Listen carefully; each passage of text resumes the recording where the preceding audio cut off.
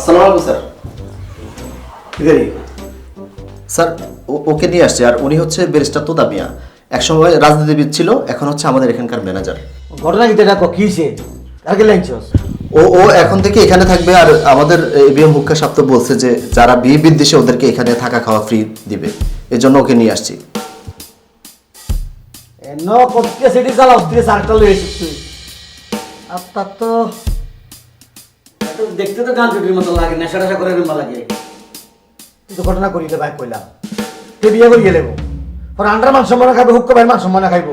আপনি রাখেন, দেখবেন এতে সুন্দরভাবে চলবো। ওর নিয়ে প্রশ্ন করা যাবে না, ওর নিয়ে কথা বলা যাবে না। ভাই উনি হচ্ছে শরৎ মৌলবাদী। শরতের কবিতার মতো মেয়ে পায়নি বলে সেজন্য উনি বিয়ে করেনি। শিল্পী, তোমাকে আমি কতবার বলেছি যে যাত্রার সাথে আমাকে পরিচয় করিয়ে দিবে না। ঠিক আছে, যাও। আচ্ছা চলো চলো।